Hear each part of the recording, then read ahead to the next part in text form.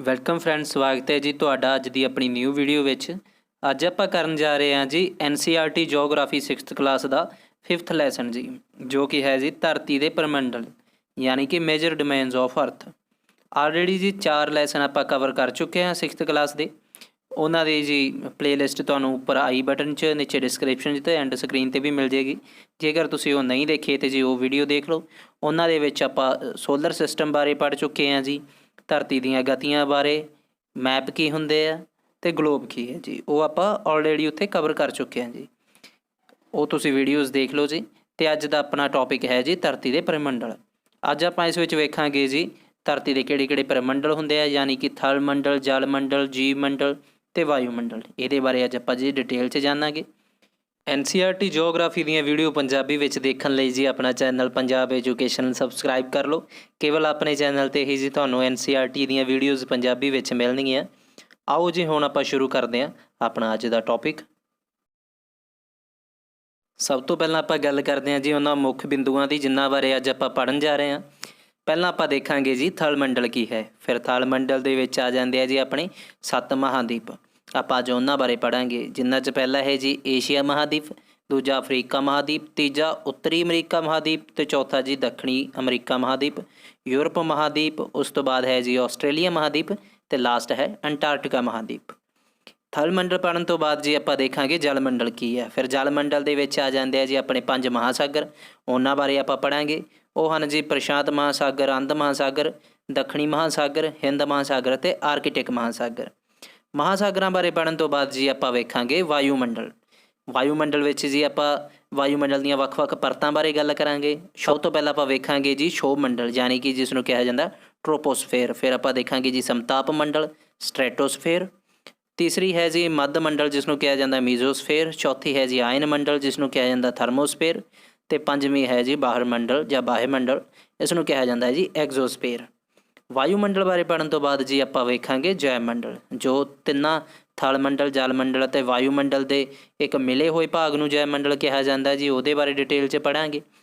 ਅੱਜ ਦੀ ਆਪਣੀ ਕਲਾਸ ਜੀ ਬਹੁਤ ਇੰਪੋਰਟੈਂਟ ਹੋਣ ਵਾਲੀ ਹੈ। ਜ਼ਿਆਦਾਤਰ ਕੰਪੀਟੀਟਿਵ ਐਗਜ਼ਾਮ, ਚਾਹੇ ਤੁਸੀਂ ਮਾਸਟਰ ਕਾਡਰ ਦੀ ਗੱਲ ਕਰ ਲਓ ਜੀ, PS ਟੈਟ ਜਾਂ ਕਿਸੇ ਵੀ ਸਟੇਟ ਦਾ ਟੈਟ ਹੋਵੇ, SSC ਹੋਵੇ, ਕੋਈ ਵੀ ਐਗਜ਼ਾਮ ਜਿਸ ਵਿੱਚ ਤੁਹਾਨੂੰ ਕੋਈ ਜਰਨਲ ਨੌਲੇਜ ਜਾਂ ਜੋਗਰਾਫੀ ਦੇ ਰਿਲੇਟਡ ਆਉਣਾ ਹੁੰਦਾ ਹੈ ਜੀ, ਉਸ ਵਿੱਚ ਇਸ ਟੌਪਿਕ ਦੇ ਰਿਲੇਟਡ ਬਹੁਤ ਪ੍ਰਸ਼ਨ ਆਉਂਦੇ ਆ ਜੀ। ਆਪਾਂ ਨੂੰ ਚਾਹੇ ਥਲ ਮੰਡਲ ਦੀ ਗੱਲ ਕਰ ਲਓ, ਚਾਹੇ ਮਹਾਂਸਾਗਰਾਂ ਬਾਰੇ ਗੱਲ ਕਰ ਲਓ ਅਤੇ ਚਾਹੇ ਕਰ ਲਓ ਜੀ ਵਾਯੂਮੰਡਲ ਬਾਰੇ, ਇਹਦੇ ਰਿਲੇਟਡ ਬਹੁਤ ਪ੍ਰਸ਼ਨ ਆਉਂਦੇ ਆ।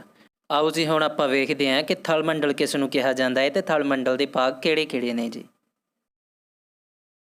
ਸਭ ਤੋਂ ਪਹਿਲਾਂ ਆਪਾਂ ਜਾਣਦੇ ਹਾਂ ਜੀ ਥਲ ਮੰਡਲ ਕੀ ਹੁੰਦਾ ਹੈ, ਜਿਸ ਨੂੰ ਇੰਗਲਿਸ਼ ਵਿੱਚ ਕਿਹਾ ਜਾਂਦਾ ਹੈ ਲਿਥੋਸਫੇਅਰ। ਜੋ ਲਿਥੋ ਸ਼ਬਦ ਹੈ ਜੀ ਇਹ ਗ੍ਰੀਕ ਭਾਸ਼ਾ ਤੋਂ ਲਿਆ ਗਿਆ ਅਤੇ ਲਿਥੋ ਦਾ ਅਰਥ ਹੁੰਦਾ ਹੈ ਜੀ ਚੱਟਾਨ। ਆਪਾਂ ਨੂੰ ਪਤਾ ਹੈ ਕਿ ਜੀ ਜਿਸ ਜ਼ਮੀਨ ਉੱਪਰ ਆਪਾਂ ਰਹਿੰਦੇ ਹਾਂ, ਸਖਤ ਜੋ ਉੱਪਰਲੀ ਆਪਣੀ ਪੇਪੜੀ ਆ ਜਾਂਦੀ ਹੈ ਜੀ ਧਰਤੀ ਦੀ, ਇਹ ਮਿੱਟੀ ਦੀ ਬਣੀ ਹੋਈ ਹੈ ਅਤੇ ਮਿੱਟੀ ਚੱਟਾਨਾਂ ਤੋਂ ਹੀ ਜੀ ਟੁੱਟ ਕੇ ਬਣ ਜਾਂਦੀ ਹੈ, ਚੱਟਾਨਾਂ ਦੇ ਭੁਰ ਜਾਣ ਨਾਲ ਬਣਦੀ ਹੈ। ਇਸ ਵਿੱਚ ਦੇਖਦੇ ਹਾਂ ਜੀ ਆਪਾਂ ਥਲ ਮੰਡਲ ਕੀ ਹੈ। ਥਲ ਮੰਡਲ ਜੀ ਉਹ ਸਖਤ ਭਾਗ ਆ ਜਿੱਥੇ ਆਪਾਂ ਰਹਿੰਦੇ ਹਾਂ। ਇਹ ਮਿੱਟੀ ਤੋਂ ਜੀ ਅਤੇ ਪਰਬਤਾਂ ਤੋਂ ਮਿਲ ਕੇ ਬਣੀ ਹੁੰਦੀ ਹੈ। ਇਸ ਨੂੰ ਭੂ ਮੰਡਲ ਵੀ ਕਿਹਾ ਜਾਂਦਾ ਹੈ ਜੀ। ਭੂ ਮੰਡਲ ਦੇ ਉੱਪਰ ਜੀ ਪਹਾੜ, ਘਾਟੀ, ਮੈਦਾਨ ਸਭ ਕੁਝ ਇਹਦੇ ਉੱਤੇ ਸ਼ਾਮਲ ਹੁੰਦੇ ਆ। ਧਰਤੀ ਉੱਪਰ ਮੌਜੂਦ ਜੋ ਮਹਾਂਸਾਗਰ ਹੈ ਜੀ ਉਹਨਾਂ ਨੂੰ ਆਪਾਂ ਜਲ ਮੰਡਲ ਕਹਿੰਦੇ ਹਾਂ, ਅਤੇ ਜੋ ਜ਼ਮੀਨ ਹੈ ਜੀ ਜਿਸ ਉੱਪਰ ਆਪਾਂ ਰਹਿੰਦੇ ਹਾਂ ਇਸ ਨੂੰ ਥਲ ਮੰਡਲ ਕਿਹਾ ਜਾਂਦਾ ਹੈ। ਧਰਤੀ ਉੱਪਰ ਮੌਜੂਦ ਥਲ ਮੰਡਲ ਨੂੰ ਜੀ ਆਪਾਂ 7 ਮਹਾਂਦੀਪਾਂ ਵਿੱਚ ਵੰਡਦੇ ਹਾਂ, ਅਤੇ ਹੁਣ ਆਪਾਂ ਇਹਨਾਂ ਮਹਾਂਦੀਪਾਂ ਬਾਰੇ ਡਿਟੇਲ 'ਚ ਜਾਣਾਂਗੇ ਜੀ। ਸਭ ਤੋਂ ਪਹਿਲਾਂ ਵੇਖ ਲੈਂਦੇ ਹਾਂ ਜੀ ਆਪਾਂ ਕਿਹੜੇ ਕਿਹੜੇ ਮਹਾਂਦੀਪ ਆਪਣੀ ਧਰਤੀ ਉੱਪਰ ਮੌਜੂਦ ਆ। ਪਹਿਲਾ ਹੈ ਜੀ ਏਸ਼ੀਆ ਮਹਾਂਦੀਪ, ਜਿਸ ਵਿੱਚ ਆਪਣਾ ਦੇਸ਼ ਭਾਰਤ ਹੈ। ਦੂਸਰਾ ਹੈ ਜੀ ਅਫਰੀਕਾ ਮਹਾਂਦੀਪ। ਤੀਸਰਾ ਹੈ ਜੀ ਉੱਤਰੀ ਅਮਰੀਕਾ ਮਹਾਂਦੀਪ। ਚੌਥਾ ਹੈ ਦੱਖਣੀ ਅਮਰੀਕਾ ਮਹਾਂਦੀਪ।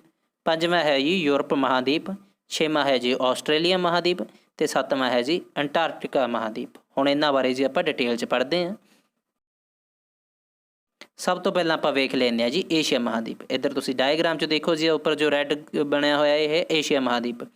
ਇਹ ਜੀ ਦੁਨੀਆ ਦਾ ਸਭ ਤੋਂ ਵੱਡਾ ਮਹਾਂਦੀਪ ਹੈ। 7 ਮਹਾਂਦੀਪਾਂ ਵਿੱਚੋਂ ਜੀ ਸਭ ਤੋਂ ਵੱਡਾ ਇਹ ਮਹਾਂਦੀਪ ਆ, ਅਤੇ ਇਸ ਦੇ ਵਿੱਚੋਂ ਜੀ ਕਰਕ ਰੇਖਾ ਲੰਘਦੀ ਹੈ, ਜੋ ਆਪਾਂ ਲਾਸਟ ਵੀਡੀਓ ਵਿੱਚ ਪੜ੍ਹਿਆ ਜੀ। ਭੂ ਮੱਧ ਰੇਖਾ ਦੇ ਇਹ ਉੱਪਰ 23.5 ਡਿਗਰੀ ਉੱਤਰ ਦਿਸ਼ਾ ਵਿੱਚ ਹੁੰਦੀ ਹੈ ਜੀ ਜੋ ਕਰਕ ਰੇਖਾ, ਉਹ ਇਸ ਏਸ਼ੀਆ ਮਹਾਂਦੀਪ ਵਿੱਚੋਂ ਲੰਘਦੀ ਹੈ ਅਤੇ ਉਹ ਆਪਣੇ ਦੇਸ਼ ਭਾਰਤ ਦੇ ਬਿਲਕੁਲ ਵਿੱਚੋਂ ਲੰਘਦੀ ਹੈ ਅਤੇ ਭਾਰਤ ਨੂੰ 2 ਭਾਗਾਂ ਵਿੱਚ ਵੰਡ ਦਿੰਦੀ ਹੈ ਜੀ।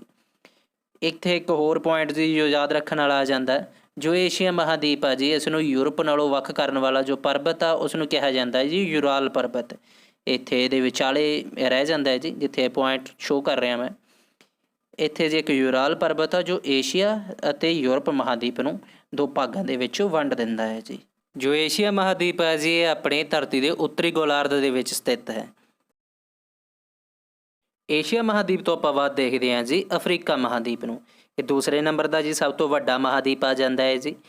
ਇਸ ਮਹਾਦੀਪ ਬਾਰੇ ਜੀ ਇੱਕ ਇੰਪੋਰਟੈਂਟ ਗੱਲ ਯਾਦ ਰੱਖਣ ਵਾਲੀ ਹੈ ਕਿ ਜੀ ਜੋ ਕਰਕ ਰੇਖਾ, ਮਕਰ ਰੇਖਾ ਅਤੇ ਭੂਮੱਧ ਰੇਖਾ ਜੀ, ਉਹ ਤਿੰਨੋਂ ਇਸ ਮਹਾਦੀਪ ਦੇ ਵਿੱਚੋਂ ਗੁਜ਼ਰਦੀਆਂ। ਅਤੇ ਦੁਨੀਆ ਦਾ ਕੇਵਲ ਇੱਕ ਇਹੀ ਮਹਾਦੀਪ ਆ ਜੀ ਜਿਹਦੇ ਵਿੱਚੋਂ ਤਿੰਨੋਂ ਰੇਖਾਵਾਂ ਗੁਜ਼ਰਦੀਆਂ ਨੇ। ਅਤੇ ਆਪਾਂ ਨੂੰ ਪਤਾ ਹੈ ਜੀ ਕਰਕ ਰੇਖਾ, ਮਕਰ ਰੇਖਾ ਅਤੇ ਭੂਮੱਧ ਰੇਖਾ 'ਤੇ ਸੂਰਜ ਦੀਆਂ ਕਿਰਨਾਂ ਸਿੱਧੀਆਂ ਪੈਂਦੀਆਂ।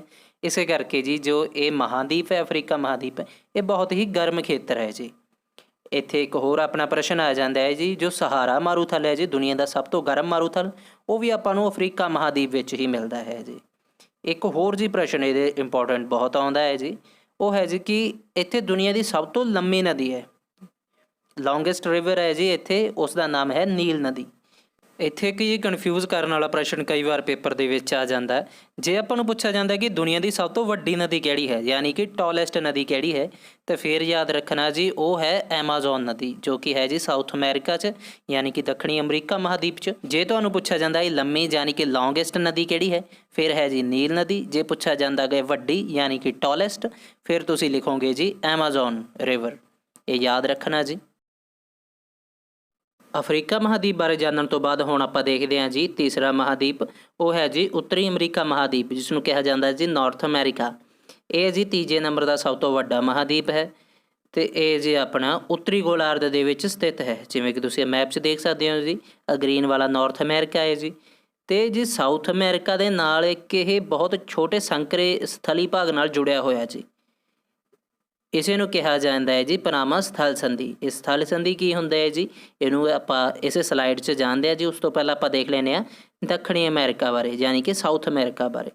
ਇਹ ਜੀ ਚੌਥੇ ਨੰਬਰ ਦਾ ਸਭ ਤੋਂ ਵੱਡਾ ਮਹਾਦੀਪ ਹੈ। ਅਤੇ ਇਸ ਵਿੱਚ ਜੀ ਦੋ ਪ੍ਰਸ਼ਨ ਜੋ ਬਹੁਤ ਮਸ਼ਹੂਰ ਇਹਦੇ 'ਚ ਆਉਂਦੇ ਆ, ਉਹ ਹੈ ਜੀ ਕਿ ਦੁਨੀਆ ਦੀ ਸਭ ਤੋਂ ਵੱਡੀ ਨਦੀ ਯਾਨੀ ਕਿ ਟੋਲੈਸਟ ਨਦੀ ਐਮਾਜ਼ੋਨ, ਉਹ ਸਾਊਥ ਅਮਰੀਕਾ 'ਚ ਵਹਿੰਦੀ ਹੈ ਜੀ, ਉਹ ਸਾਊਥ ਅਮਰੀਕਾ ਦੇ ਵਿੱਚ ਮੌਜੂਦ ਹੈ। ਅਤੇ ਇਸ ਤੋਂ ਬਾਅਦ ਹੈ ਜੀ ਇੱਕ ਦੁਨੀਆ ਦੀ ਸਭ ਤੋਂ ਵੱਡੀ ਪਰਬਤ ਸ਼੍ਰੇਣੀ ਹੈ ਜੀ, ਜੋ ਇੰਡੀਜ਼ ਪਰਬਤ ਸ਼੍ਰੇਣੀ, ਉਹ ਵੀ ਸਾਊਥ ਅਮਰੀਕਾ ਦੇ ਵਿੱਚ ਹੀ ਮਿਲਦੀ ਹੈ। ਹੁਣ ਆਪਾਂ ਵੇਖ ਦਿੰਦੇ ਹਾਂ ਜੀ ਸਥਲ ਸੰਧੀ ਕੀ ਹੁੰਦੀ ਹੈ। ਸਥਲ ਸੰਧੀ ਦੇ ਨਾਲ ਜੀ ਜਲ ਸੰਧੀ ਨੂੰ ਵੀ ਆਪਾਂ ਕਵਰ ਕਰਾਂਗੇ, ਉਹ ਕੀ ਹੁੰਦੀ ਹੈ ਉਹਦੇ ਬਾਰੇ ਜਾਣ ਲੈਂਦੇ ਹਾਂ। ਜਲ ਸੰਧੀ ਅਤੇ ਸਥਲ ਸੰਧੀ ਬਾਰੇ ਜਾਣਨ ਲਈ ਜੀ ਸਭ ਤੋਂ ਪਹਿਲਾਂ ਇਹ ਡਾਇਗਰਾਮ ਦੇਖੋ ਜੀ। ਇਸ ਦੇ ਵਿੱਚ ਦਿਖਾਇਆ ਗਿਆ ਜੀ ਉੱਤਰੀ ਅਮਰੀਕਾ ਅਤੇ ਦੱਖਣੀ ਅਮਰੀਕਾ ਜੋ ਮਹਾਦੀਪ ਨੇ ਜੀ, ਉਹ ਆਪਸ ਵਿੱਚ ਇੱਕ ਬਹੁਤ ਛੋਟੇ ਭੂਮੀ ਦੇ ਭਾਗ ਨਾਲ ਜੁੜੇ ਹੋਏ ਆ ਜੀ। ਇਸੇ ਜੀ ਜੋ ਇੱਕ ਛੋਟਾ ਭੂਮੀ ਦਾ ਭਾਗ ਹੁੰਦਾ, ਜੋ ਕਿ ਦੋ ਵੱਡੇ ਮਹਾਦੀਪਾਂ ਨੂੰ, ਜਾਂ ਕਹਿ ਸਕਦੇ ਹਾਂ ਜੀ ਆਪਾਂ ਭੂਮੀ ਦੇ ਦੋ ਬਹੁਤ ਵੱਡੇ ਟੁਕੜਿਆਂ ਨੂੰ ਜੀ ਆਪਸ ਵਿੱਚ ਜੋੜਦਾ ਇੱਕ ਛੋਟਾ ਭਾਗ, ਇੱਕ ਛੋਟਾ ਸੰਕਰਾ ਰਸਤਾ ਹੁੰਦਾ ਹੈ ਜੀ, ਉਸੇ ਨੂੰ ਕਿਹਾ ਜਾਂਦਾ ਹੈ ਜੀ ਸਥਲ ਸੰਧੀ। ਇੰਗਲਿਸ਼ ਵਿੱਚ ਇਸ ਨੂੰ ਕਿਹਾ ਜਾਂਦਾ ਹੈ ਜੀ ਇਸਥੇਮਸ। ਉੱਤਰੀ ਅਮਰੀਕਾ ਅਤੇ ਦੱਖਣੀ ਅਮਰੀਕਾ ਮਹਾਦੀਪ ਨੂੰ ਜੋੜਨ ਵਾਲੇ ਇਸ ਭਾਗ ਨੂੰ ਜੀ, ਇਸ ਨੂੰ ਕਿਹਾ ਜਾਂਦਾ ਹੈ ਪਨਾਮਾ ਸਥਲ ਸੰਧੀ, ਜਿਸ ਨੂੰ ਇੰਗਲਿਸ਼ ਵਿੱਚ ਕਿਹਾ ਜਾਂਦਾ ਹੈ ਜੀ ਪਨਾਮਾ ਇਸਥੇਮਸ। ਹੁਣ ਆਪਾਂ ਵੇਖਦੇ ਹਾਂ ਜੀ ਜਲ ਸੰਧੀ ਕਿਸ ਨੂੰ ਕਿਹਾ ਜਾਂਦਾ ਹੈ, ਯਾਨੀ ਕਿ ਸਟ੍ਰੇਟ। ਜਲ ਸੰਧੀ ਨੂੰ ਕਿਹਾ ਜਾਂਦਾ ਹੈ ਜੀ ਸਟ੍ਰੇਟ, ਯਾਦ ਰੱਖਣਾ। ਜਲ ਸੰਧੀ ਉਹ ਹੁੰਦੀ ਹੈ ਜੀ ਜਿਸ ਵਿੱਚ ਪਾਣੀ ਦਾ ਇੱਕ ਬਹੁਤ ਸੰਕਰਾ ਭਾਗ ਯਾਨੀ ਕਿ ਇੱਕ ਛੋਟਾ ਭਾਗ ਦੋ ਵੱਡੀਆਂ ਵੱਡੀਆਂ ਜਲ ਰਾਸ਼ੀਆਂ ਨੂੰ ਜੀ ਆਪਸ ਵਿੱਚ ਜੋੜਦਾ, ਜਿਵੇਂ ਕਿ ਇੱਕ ਮਹਾਸਾਗਰ ਨੂੰ ਇੱਕ ਸਾਗਰ ਨਾਲ ਜੋੜਦਾ। ਜਿਵੇਂ ਆਪਣੇ ਇਸ ਡਾਇਗਰਾਮ 'ਚ ਦਿਖਾਇਆ ਗਿਆ ਜੀ, ਜੋ ਅਰਬ ਸਾਗਰ ਹੈ ਜੀ, ਇਹ ਅੱਗੇ ਜਾ ਕੇ ਜੋ ਆਪਣਾ ਪੈਸੀਫਿਕ ਓਸ਼ਨ ਰਹਿ ਜਾਂਦਾ ਜੀ, ਪ੍ਰਸ਼ਾਂਤ ਮਹਾਸਾਗਰ, ਉਹਦੇ ਨਾਲ ਜੁੜਦਾ ਇੱਕ ਆ ਛੋਟੇ ਰਸਤੇ ਰਾਹੀਂ ਜੀ। ਇਸ ਨੂੰ ਕਿਹਾ ਜਾਂਦਾ ਹੈ ਜੀ ਜਲ ਸੰਧੀ। ਜੋ ਭਾਰਤ ਅਤੇ ਸ਼੍ਰੀਲੰਕਾ ਦੇ ਵਿੱਚ ਜਲ ਸੰਧੀ ਹੈ ਜੀ, ਇਸ ਦਾ ਨਾਮ ਹੈ ਪਾਲਕ ਸਟ੍ਰੇਟ, ਯਾਦ ਰੱਖਣਾ, ਪਾਲਕ ਜਲ ਸੰਧੀ ਜੀ। ਜਲ ਸੰਧੀ ਅਤੇ ਸਥਲ ਸੰਧੀ ਬਾਰੇ ਜਾਣਨ ਤੋਂ ਬਾਅਦ ਹੁਣ ਆਪਾਂ ਪੜ੍ਹਦੇ ਹਾਂ ਜੀ ਅਗਲੇ ਮਹਾਦੀਪ ਬਾਰੇ, ਜੋ ਕਿ ਹੈ ਅੰਟਾਰਕਟਿਕਾ ਮਹਾਦੀਪ। ਹੁਣ ਆਪਾਂ ਜਾਣਦੇ ਹਾਂ ਜੀ ਅੰਟਾਰਕਟਿਕਾ ਮਹਾਦੀਪ ਬਾਰੇ, ਜੋ ਕਿ ਹੈ ਜੀ ਦੁਨੀਆ ਦਾ 5ਵਾਂ ਸਭ ਤੋਂ ਵੱਡਾ ਮਹਾਦੀਪ। ਇਹ ਜੀ ਦੱਖਣੀ ਧਰੁਵ 'ਤੇ ਸਥਿਤ ਹੈ। ਜਿਵੇਂ ਤੁਸੀਂ ਡਾਇਗਰਾਮ ਵਿੱਚ ਦੇਖ ਰਹੇ ਹੋ ਜੀ, ਨੀਚੇ ਵਾਲਾ ਜੋ ਵਾਈਟ ਜਗ੍ਹਾ ਹੈ ਜੀ, ਇਹ ਅੰਟਾਰਕਟਿਕਾ ਮਹਾਦੀਪ ਹੈ ਜੀ। ਇਹ ਵਾਈਟ ਕਿਉਂ ਦਿਖਦਾ ਹੈ ਜੀ, ਕਿਉਂਕਿ ਇੱਥੇ ਹਰ ਸਮੇਂ ਬਰਫ਼ ਜੰਮੀ ਰਹਿੰਦੀ ਹੈ। ਇੱਥੇ ਜੀ 2800 ਮੀਟਰ ਤੱਕ ਦੀ ਬਰਫ਼ ਜੰਮੀ ਰਹਿੰਦੀ ਹੈ ਜੀ ਹਰ ਵੇਲੇ। ਇੱਕ ਬਹੁਤ ਠੰਡਾ ਪ੍ਰਦੇਸ਼ ਆ ਜੀ। ਜਿਵੇਂ ਆਪਾਂ ਨੂੰ ਪਤਾ ਹੈ ਕਿ ਧਰੁਵਾਂ 'ਤੇ ਜੀ ਧੁੱਪ ਘੱਟ ਪੈਂਦੀ ਹੈ ਅਤੇ ਉੱਥੇ ਹਰ ਸਮੇਂ ਸਰਦੀ ਰਹਿੰਦੀ ਹੈ, ਇਹ ਉਹ ਪ੍ਰਦੇਸ਼ ਹੈ ਜੀ। ਇੱਥੇ ਜੀ ਇੱਕ ਪੈਂਗੂਇਨ ਜੀ ਪਾਇਆ ਜਾਂਦਾ ਹੈ ਜੀ, ਜਿਸ ਦੀ ਪਿਕ ਤੁਸੀਂ ਇਹ ਦੇਖ ਰਹੇ ਹੋ। ਇਹ ਕੇਵਲ ਜੀ ਆਪਾਂ ਨੂੰ ਦੱਖਣੀ ਧਰੁਵ 'ਤੇ ਮਿਲਦਾ ਹੈ, ਉੱਤਰੀ ਧਰੁਵ 'ਤੇ ਇਹ ਨਹੀਂ ਹੁੰਦਾ। ਜੋ ਇਹ ਜੀ ਅੰਟਾਰਕਟਿਕਾ ਮਹਾਦੀਪ ਹੈ ਜੀ, ਇੱਥੇ ਵਸੋਂ ਬਿਲਕੁਲ ਵੀ ਨਹੀਂ ਹੈ ਜੀ, ਇੱਥੇ ਕੋਈ ਵੀ ਕੰਟਰੀ ਨਹੀਂ ਰਹਿ ਜਾਂਦੀ। ਇਹ ਕੇਵਲ ਇੱਕ ਠੰਡਾ ਪ੍ਰਦੇਸ਼ ਹੈ ਜੀ, ਇੱਥੇ ਬਰਫ਼ ਜੰਮੀ ਰਹਿੰਦੀ ਹੈ। ਇੱਥੇ ਜੀ ਵੱਖ-ਵੱਖ ਦੇਸ਼ ਆ ਜੋ ਦੁਨੀਆ ਦੇ, ਉਹਨਾਂ ਦੇ ਇੱਥੇ ਰਿਸਰਚ ਸੈਂਟਰ ਆ, ਜਾਣੀ ਕਿ ਖੋਜ ਸੰਸਥਾਨ ਬਣਾਏ ਹੋਏ ਆ ਜੀ, ਇੱਥੇ ਖੋਜ ਕੇਂਦਰ ਆ। ਇੱਥੇ ਜੀ ਆਪਣੇ ਭਾਰਤ ਦੇਸ਼ ਦੇ ਵੀ 2 ਖੋਜ ਕੇਂਦਰ ਹੈਗੇ ਆ ਜੀ। ਉਹਨਾਂ ਦਾ ਨਾਮ ਹੈ ਜੀ ਮੈਤਰੀ ਅਤੇ ਦੱਖਣੀ ਗੰਗੋਤਰੀ। ਇਹ ਨਾਮ ਯਾਦ ਰੱਖੋ ਜੀ, ਇਹ ਕਈ ਵਾਰ ਆਪਾਂ ਨੂੰ ਪ੍ਰਸ਼ਨ 'ਚ ਆ ਜਾਂਦੇ ਆ ਕਿ ਭਾਰਤ ਦੇ ਜੋ ਅੰਟਾਰਕਟਿਕਾ ਮਹਾਦੀਪ ਦੇ ਵਿੱਚ ਰਿਸਰਚ ਸੈਂਟਰ ਆ ਜੀ, ਉਹ ਕਿਹੜੇ-ਕਿਹੜੇ ਨੇ। ਅੰਟਾਰਕਟਿਕਾ ਤੋਂ ਬਾਅਦ ਆਪਾਂ ਗੱਲ ਕਰਦੇ ਹਾਂ ਜੀ ਯੂਰਪ ਮਹਾਦੀਪ ਬਾਰੇ। ਇਹ ਯੂਰਪ ਮਹਾਦੀਪ ਆ ਜੀ, ਇਹ ਦੂਜਾ ਸਭ ਤੋਂ ਛੋਟਾ ਮਹਾਦੀਪ ਆ ਜੀ, ਅਤੇ ਇਸ ਦੀ ਮੈਪ ਉੱਤੇ ਜੇ ਆਪਾਂ ਸਥਿਤੀ ਵੇਖਦੇ ਹਾਂ ਜੀ, ਅਤੇ ਅਫਰੀਕਾ ਮਹਾਦੀਪ ਦੇ ਜੀ ਉੱਪਰ ਵਾਲੇ ਪਾਸੇ ਰਹਿ ਜਾਂਦਾ ਜੀ, ਉੱਤਰ ਵਾਲੇ ਪਾਸੇ, ਅਤੇ ਏਸ਼ੀਆ ਮਹਾਦੀਪ ਦੇ ਹੈ ਜੀ ਖੱਬੇ ਹੱਥ 'ਤੇ। ਜਿਵੇਂ ਕਿ ਆਪਾਂ ਪਹਿਲਾਂ ਪੜ੍ਹ ਹੀ ਚੁੱਕੇ ਹਾਂ ਜੀ, ਯੂਰਪ ਮਹਾਦੀਪ ਨੂੰ ਏਸ਼ੀਆ ਨਾਲੋਂ ਵੱਖ ਕਰਨ ਵਾਲਾ ਹੈ ਯੂਰਾਲ ਪਰਬਤ। ਏਸ਼ੀਆ ਅਤੇ ਯੂਰਪ ਨੂੰ ਜੀ ਸੰਯੁਕਤ ਰੂਪ ਵਿੱਚ ਬੋਲਿਆ ਜਾਂਦਾ ਹੈ ਯੂਰੇਸ਼ੀਆ। ਜੋ ਯੂਰਪ ਮਹਾਦੀਪ ਆ ਜੀ, ਇਹ ਇੱਕ ਬਹੁਤ ਵਿਕਸਿਤ ਮਹਾਦੀਪ ਆ। ਇਸ ਦੇ ਵਿੱਚ ਜੀ ਵੱਡੇ ਦੇਸ਼ ਵੀ ਆ, ਜਿਵੇਂ ਕਿ ਰੂਸ, ਜੋ ਦੁਨੀਆ ਦਾ ਇੱਕ ਬਹੁਤ ਵੱਡਾ ਦੇਸ਼ ਆ, ਅਤੇ ਇਸ ਵਿੱਚ ਵੀ ਦੁਨੀਆ ਦਾ ਸਭ ਤੋਂ ਛੋਟਾ ਦੇਸ਼ ਵੀ ਮੌਜੂਦ ਹੈ, ਜਿਸ ਦਾ ਨਾਮ ਹੈ ਜੀ ਵੈਟੀਕਨ ਸਿਟੀ, ਜੋ ਦੁਨੀਆ ਦਾ ਸਭ ਤੋਂ ਛੋਟਾ ਦੇਸ਼ ਹੈ। ਉਹ ਵੀ ਆਪਾਂ ਨੂੰ ਜੀ ਯੂਰਪ ਮਹਾਦੀਪ ਦੇ ਵਿੱਚ ਹੀ ਮਿਲਦਾ ਹੈ। ਅਤੇ ਹੁਣ ਆਪਾਂ ਦੇਖਦੇ ਹਾਂ ਜੀ ਆਪਣੇ 7ਵੇਂ ਮਹਾਦੀਪ ਬਾਰੇ, ਜੋ ਕਿ ਹੈ ਆਸਟ੍ਰੇਲੀਆ ਮਹਾਦੀਪ ਜੀ। ਇਹ ਦੁਨੀਆ ਦਾ ਸਭ ਤੋਂ ਛੋਟਾ ਮਹਾਦੀਪ ਆ ਜੀ, 7 ਮਹਾਦੀਪਾਂ ਵਿੱਚੋਂ ਸਭ ਤੋਂ ਛੋਟਾ ਹੈ ਜੀ ਆਸਟ੍ਰੇਲੀਆ ਮਹਾਦੀਪ। ਇਸ ਨੂੰ ਜੀ ਟਾਪੂ ਮਹਾਦੀਪ ਵੀ ਕਿਹਾ ਜਾਂਦਾ ਹੈ, ਕਿਉਂਕਿ ਇਸ ਦਾ ਆਕਾਰ ਬਹੁਤ ਛੋਟਾ ਹੈ ਅਤੇ ਚਾਰੇ ਪਾਸੋਂ ਜੀ ਇਹ ਪਾਣੀ ਨਾਲ ਘਿਰਿਆ ਹੋਇਆ ਹੈ, ਇਸ ਕਰਕੇ ਇਸ ਨੂੰ ਟਾਪੂ ਮਹਾਦੀਪ ਵੀ ਕਿਹਾ ਜਾਂਦਾ ਹੈ ਜੀ। ਹੁਣ ਤੱਕ ਆਪਾਂ ਪੜ੍ਹ ਚੁੱਕੇ ਹਾਂ ਜੀ ਸਥਲ ਮੰਡਲ ਦੇ ਭਾਗ, ਯਾਨੀ ਕਿ ਮਹਾਦੀਪ। ਜੋ 7 ਮਹਾਦੀਪ ਆ ਜੀ, ਉਹਨਾਂ ਬਾਰੇ ਆਪਾਂ ਵੇਖ ਚੁੱਕੇ ਹਾਂ ਕਿ ਕਿਹੜਾ ਮਹਾਦੀਪ ਕਿੱਥੇ ਮੌਜੂਦ ਹੈ, ਅਤੇ ਉਸ ਦੇ ਰਿਲੇਟਡ ਜੋ ਇੰਪੋਰਟੈਂਟ ਕੁਐਸਚਨ ਹੈ ਜੀ, ਆਪਾਂ ਉਹਦੇ ਬਾਰੇ ਵੀ ਪੜ੍ਹ ਚੁੱਕੇ ਹਾਂ। ਹੁਣ ਸਥਲ ਮੰਡਲ ਤੋਂ ਅੱਗੇ ਵੱਧਦੇ ਹਾਂ ਜੀ, ਅਤੇ ਆਪਾਂ ਗੱਲ ਕਰਦੇ ਹਾਂ ਜਲ ਮੰਡਲ ਦੀ, ਯਾਨੀ ਕਿ ਹਾਈਡਰੋਸਫੇਅਰ ਦੀ।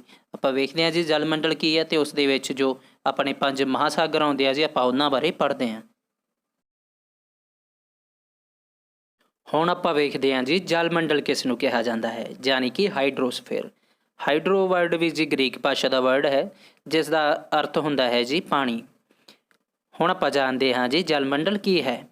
ਧਰਤੀ ਨੂੰ ਨੀਲਾ ਗ੍ਰਹਿ ਕਿਹਾ ਜਾਂਦਾ ਹੈ। ਇਹ ਕਿਉਂ ਕਿਹਾ ਜਾਂਦਾ ਹੈ ਜੀ? ਕਿਉਂਕਿ ਧਰਤੀ ਉੱਤੇ 71% ਪਾਣੀ ਹੈ ਜੀ, ਅਤੇ ਜੋ ਭੂਮੀ ਹੈ ਜੀ ਉਹ ਸਿਰਫ 29% ਹੈ।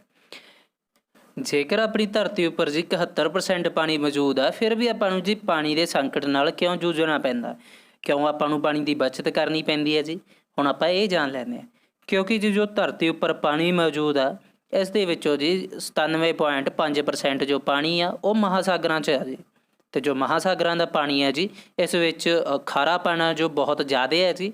ਇਸ ਨੂੰ ਕੋਈ ਵੀ ਇਨਸਾਨ ਪੀ ਨਹੀਂ ਸਕਦਾ, ਕਿਉਂਕਿ ਇਹ ਇਨਸਾਨ ਵਾਸਤੇ ਇੰਨਾ ਪਾਣੀ ਦਾ ਖਾਰਾ ਹੋਣਾ ਹਾਨੀਕਾਰਕ ਹੁੰਦਾ ਹੈ ਜੀ, ਅਤੇ ਉਹ ਇਨਸਾਨ ਦੇ ਬੋਡੀ ਨੂੰ ਹਾਰਮ ਕਰ ਸਕਦਾ ਹੈ।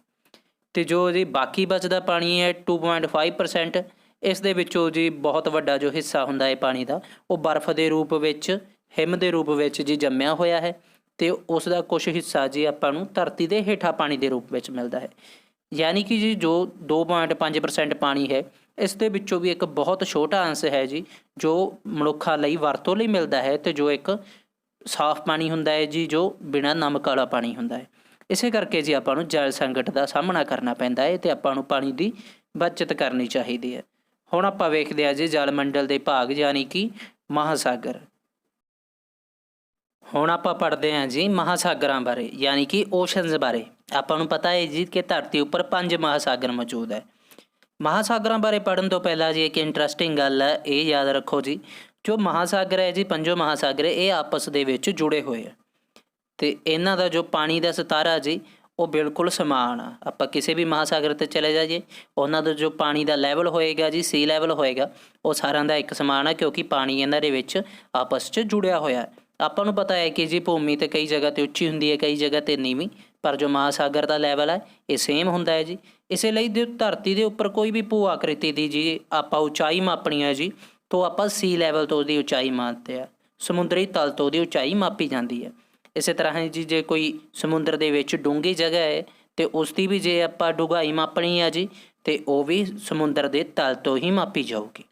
ਹੁਣ ਆਪਾਂ ਵੇਖਦੇ ਹਾਂ ਜੀ ਪ੍ਰਸ਼ਾਂਤ ਮਹਾਸਾਗਰ ਬਾਰੇ। ਇਹ ਹੈ ਜੀ ਦੁਨੀਆ ਦਾ ਸਭ ਤੋਂ ਵੱਡਾ ਮਹਾਸਾਗਰ, ਅਤੇ ਇਸ ਨੂੰ ਕਿਹਾ ਜਾਂਦਾ ਹੈ ਜੀ ਪੈਸੀਫਿਕ ਓਸ਼ਨ। ਇਸ ਦਾ ਅੰਗਰੇਜ਼ੀ ਅਤੇ ਪੰਜਾਬੀ ਨਾਮ ਜੀ ਸਾਰੇ ਮਹਾਸਾਗਰਾਂ ਦਾ ਤੁਸੀਂ ਯਾਦ ਰੱਖਿਆ ਕਰੋ ਜੀ। ਜੋ ਪ੍ਰਸ਼ਾਂਤ ਮਹਾਸਾਗਰ ਹੈ ਜੀ, ਇਹ ਧਰਤੀ ਦਾ ਤੀਜਾ ਹਿੱਸਾ ਹੈ, ਯਾਨੀ ਕਿ ਪੂਰੀ ਧਰਤੀ ਦਾ ਜੋ ਤੀਜਾ ਹਿੱਸਾ ਖੇਤਰਫਲ ਹੈ ਜੀ, ਉਹ ਕੇਵਲ ਪ੍ਰਸ਼ਾਂਤ ਮਹਾਸਾਗਰ ਦੁਆਰਾ ਘੇਰਿਆ ਹੋਇਆ ਜੀ। ਇਹ ਤੁਸੀਂ ਦੇਖ ਸਕਦੇ ਹੋ ਜੀ, ਜਿਵੇਂ ਡਾਇਗਰਾਮ 'ਚ ਦਿਖਾਇਆ ਗਿਆ ਹੈ। ਇਹ ਪੂਰਬ ਵਿੱਚ ਜੀ ਏਸ਼ੀਆ ਅਤੇ ਆਸਟ੍ਰੇਲੀਆ ਮਹਾਦੀਪ ਤੋਂ ਲੈ ਕੇ ਪੱਛਮ ਵਿੱਚ ਜੀ ਇਹ ਉੱਤਰੀ ਤੇ ਦੱਖਣੀ ਅਮਰੀਕਾ ਤੱਕ ਫੈਲਿਆ ਹੋਇਆ ਹੈ ਜੀ। ਜਿਵੇਂ ਇਹ ਡਾਇਗ੍ਰਾਮ ਵਿੱਚ ਦਿਖਾਇਆ ਗਿਆ, ਇਹ ਗਲੋਬ ਦੇ ਦੂਸਰੀ ਸਾਈਡ ਜੀ ਕੇਵਲ ਸਮੁੰਦਰ ਹੀ ਰਹਿ ਜਾਂਦਾ ਹੈ। ਇੰਨਾ ਵਿਸ਼ਾਲ ਇਹ ਜੀ ਮਹਾਸਾਗਰ ਹੈ। ਇਸ ਵਿੱਚ ਜੀ ਦੁਨੀਆ ਦੀ ਸਭ ਤੋਂ ਡੂੰਘੀ ਖਾਈ ਪਾਈ ਜਾਂਦੀ ਹੈ, ਜਿਸ ਦਾ ਨਾਮ ਹੈ ਜੀ ਮੈਰੀਆਨਾ ਟ੍ਰੈਂਚ, ਅਤੇ ਇਸ ਦੀ ਜੋ ਡੂੰਘਾਈ ਹੈ ਉਹ ਹੈ ਜੀ 11,022 ਮੀਟਰ, ਜੋ ਕਿ ਜੀ ਮਾਊਂਟ ਐਵਰੈਸਟ ਜੋ ਦੁਨੀਆ ਦੀ ਸਭ ਤੋਂ ਉੱਚੀ ਚੋਟੀ ਹੈ ਉਸ ਤੋਂ ਵੀ ਵਧੇਰੇ ਹੈ। ਅਤੇ ਇੱਥੇ ਯਾਦ ਰੱਖੋ ਜੀ, ਜੋ ਮਾਊਂਟ ਐਵਰੈਸਟ ਹੈ ਉਸ ਦੀ ਉਚਾਈ ਹੈ ਜੀ 8848 ਮੀਟਰ, ਅਤੇ ਉਸ ਤੋਂ ਵੀ ਕਿਤੇ ਬਹੁਤ ਜ਼ਿਆਦਾ ਹੈ ਜੀ। ਇਸ ਤੋਂ ਬਾਅਦ ਆਪਾਂ ਵੇਖਦੇ ਹਾਂ ਜੀ ਆਪਣਾ ਸੈਕਿੰਡ ਮਹਾਸਾਗਰ, ਜੋ ਕਿ ਹੈ ਜੀ ਐਟਲਾਂਟਿਕ ਓਸ਼ਨ, ਜਿਸ ਨੂੰ ਕਿਹਾ ਜਾਂਦਾ ਹੈ ਜੀ ਅੰਧ ਮਹਾਸਾਗਰ। ਇਹ ਜੀ ਤੁਸੀਂ ਆ ਦੇਖ ਰਹੇ ਹੋ ਜੀ ਆਪਣਾ ਨਾਰਥ ਅਮਰੀਕਾ, ਸਾਊਥ ਅਮਰੀਕਾ, ਇੱਧਰੋਂ ਯੂਰਪ ਅਤੇ ਅਫਰੀਕਾ ਦੇ ਵਿਚਾਲੇ ਰਹਿ ਜਾਂਦਾ ਹੈ ਜੀ। ਇਸ ਦਾ ਆਕਾਰ ਜੀ ਐਸ ਵਰਗ ਹੈ, ਐਸ ਸ਼ੇਪ 'ਚ ਇਹ ਮਹਾਸਾਗਰ ਹੈ ਜੀ। ਇਹ ਯੂਰਪ ਅਤੇ ਅਮਰੀਕਾ ਦੇ ਵਿਚਕਾਲੇ ਜੀ ਇਹ ਇੱਕ ਵਪਾਰਿਕ ਰਸਤੇ ਦੇ ਰੂਪ ਵਿੱਚ ਕੰਮ ਕਰਦਾ ਹੈ, ਅਤੇ ਇਸ ਮਹਾਸਾਗਰ ਦੇ ਵਿੱਚ ਜੀ ਆਵਾਜਾਈ ਬਹੁਤ ਜ਼ਿਆਦਾ ਰਹਿੰਦੀ ਹੈ ਜੀ। ਹੁਣ ਆਪਾਂ ਵੇਖਦੇ ਹਾਂ ਜੀ ਤੀਸਰੇ ਮਹਾਸਾਗਰ ਨੂੰ, ਜਿਸ ਦਾ ਨਾਮ ਹੈ ਜੀ ਹਿੰਦ ਮਹਾਸਾਗਰ, ਯਾਨੀ ਕਿ ਇੰਡੀਅਨ ਓਸ਼ਨ। ਇਹ ਇੱਕ ਇਕਲੌਤਾ ਮਹਾਸਾਗਰ ਹੈ ਜੀ, ਜਿਸ ਦਾ ਕਿਸੇ ਦੇਸ਼ ਦੇ ਨਾਮ 'ਤੇ ਨਾਮ ਰੱਖਿਆ ਗਿਆ। ਇਹ ਆਪਣੇ ਭਾਰਤ ਦੇਸ਼ ਦੇ ਨਾਮ 'ਤੇ ਰੱਖਿਆ ਗਿਆ ਜੀ ਇਸ ਦਾ ਨਾਮ, ਅਤੇ ਇਸ ਦਾ ਆਕਾਰ ਜੀ ਤ੍ਰਿਭੁਜ ਹੈ। ਇਹ ਤ੍ਰਿਭੁਜ ਆਕਾਰ ਦਾ ਜੀ ਲਗਭਗ। ਇਹ ਆਪਾਂ ਜਿਵੇਂ ਚਿੱਤਰ ਵਿੱਚ ਦੇਖ ਰਹੇ ਹਾਂ ਜੀ, ਇੱਕ ਪਾਸੋਂ ਇਹ ਅਫਰੀਕਾ, ਏਸ਼ੀਆ ਅਤੇ ਆਸਟ੍ਰੇਲੀਆ ਦੇ ਨਾਲ ਇਹ ਘਿਰਿਆ ਹੋਇਆ ਹੈ। ਇਹ 3 ਮਹਾਂਦੀਪਾਂ ਦੁਆਰਾ ਇਹ ਇੱਕ ਘਿਰਿਆ ਹੋਇਆ ਮਹਾਸਾਗਰ ਹੈ ਜੀ। ਇਸ ਤੋਂ ਬਾਅਦ ਆਪਾਂ ਦੇਖਦੇ ਹਾਂ ਜੀ ਦੱਖਣੀ ਮਹਾਸਾਗਰ, ਜਿਸ ਨੂੰ ਕਿਹਾ ਜਾਂਦਾ ਹੈ ਸਾਊਦਰਨ ਓਸ਼ਨ, ਜੋ ਨੀਚੇ ਵਾਲੀ ਸਾਈਡ ਰਹਿ ਜਾਂਦਾ ਹੈ ਜੀ ਦੱਖਣੀ ਧਰੁਵ ਦੇ ਆਸ-ਪਾਸ। ਇਹ ਦੱਖਣੀ ਧਰੁਵ ਨੂੰ ਘੇਰਦਾ ਹੈ ਜੀ, ਅਤੇ ਇਸ ਨੂੰ ਦੱਖਣੀ ਮਹਾਸਾਗਰ ਕਿਹਾ ਜਾਂਦਾ ਹੈ। ਹੁਣ ਆਪਾਂ ਗੱਲ ਕਰਦੇ ਹਾਂ ਜੀ ਆਪਣੇ ਪੰਜਵੇਂ ਮਹਾਸਾਗਰ ਬਾਰੇ, ਜਿਸ ਦਾ ਨਾਮ ਹੈ ਆਰਕਟਿਕ ਮਹਾਸਾਗਰ। ਇਹ ਦੁਨੀਆ ਦਾ ਸਭ ਤੋਂ ਛੋਟਾ ਮਹਾਸਾਗਰ ਹੈ ਜੀ। ਇਹ ਉੱਤਰੀ ਧਰੁਵ ਉੱਤੇ ਮੌਜੂਦ ਹੈ। ਇਸ ਦੇ ਬਾਰੇ ਇੱਕ ਇੰਟਰਸਟਿੰਗ ਗੱਲ ਇਹ ਹੈ ਜੀ, ਜੋ ਉੱਤਰੀ ਧਰੁਵ ਹੈ ਇੱਥੇ ਕੋਈ ਵੀ ਜ਼ਮੀਨ ਨਹੀਂ ਮੌਜੂਦ, ਇੱਥੇ ਕੇਵਲ ਇਹ ਇੱਕ ਮਹਾਸਾਗਰ ਹੈ। ਇਸ ਦੇ ਉੱਪਰ ਹੀ ਜੀ ਬਰਫ਼ ਜੰਮੀ ਰਹਿੰਦੀ ਹੈ 9 ਮੀਟਰ ਤੱਕ, ਜਿਸ ਦੇ ਉੱਪਰ ਕੁਝ ਜੀਵ ਜੰਤੂ ਰਹਿੰਦੇ ਆ, ਜਿਵੇਂ ਕਿ ਜੀ ਪੋਲਰ ਬੀਅਰ, ਜੋ ਧਰੁਵੀ ਰਿੱਛ ਕਿਹਾ ਜਾਂਦਾ ਹੈ, ਵਾਈਟ ਕਲਰ ਦਾ ਹੁੰਦਾ ਹੈ, ਉਹ ਇਸ ਸਥਾਨ 'ਤੇ ਰਹਿੰਦਾ ਹੈ। ਮਹਾਸਾਗਰਾਂ ਬਾਰੇ ਜਾਣਨ ਤੋਂ ਬਾਅਦ ਹੁਣ ਆਪਾਂ ਵੇਖਦੇ ਹਾਂ ਜੀ ਵਾਯੂਮੰਡਲ, ਜਿਸ ਨੂੰ ਕਿਹਾ ਜਾਂਦਾ ਹੈ ਐਟਮੋਸਫੇਅਰ। ਥਲ ਮੰਡਲ ਅਤੇ ਜਲ ਮੰਡਲ ਬਾਰੇ ਪੜ੍ਹਨ ਤੋਂ ਬਾਅਦ ਹੁਣ ਆਪਾਂ ਦੇਖਾਂਗੇ ਜੀ ਵਾਯੂਮੰਡਲ ਬਾਰੇ। ਵਾਯੂਮੰਡਲ ਬਾਰੇ ਪੜ੍ਹਨ ਤੋਂ ਪਹਿਲਾਂ ਜੀ, ਜੇਕਰ ਤੁਹਾਨੂੰ ਵੀਡੀਓ ਚੰਗੀ ਲੱਗ ਰਹੀ ਹੈ ਤਾਂ ਵੀਡੀਓ ਨੂੰ ਲਾਈਕ ਕਰ ਦਿਓ ਜੀ, ਅਤੇ ਵੀਡੀਓ ਨੂੰ ਸ਼ੇਅਰ ਕਰਨਾ ਨਾ ਭੁੱਲਣਾ ਜੀ।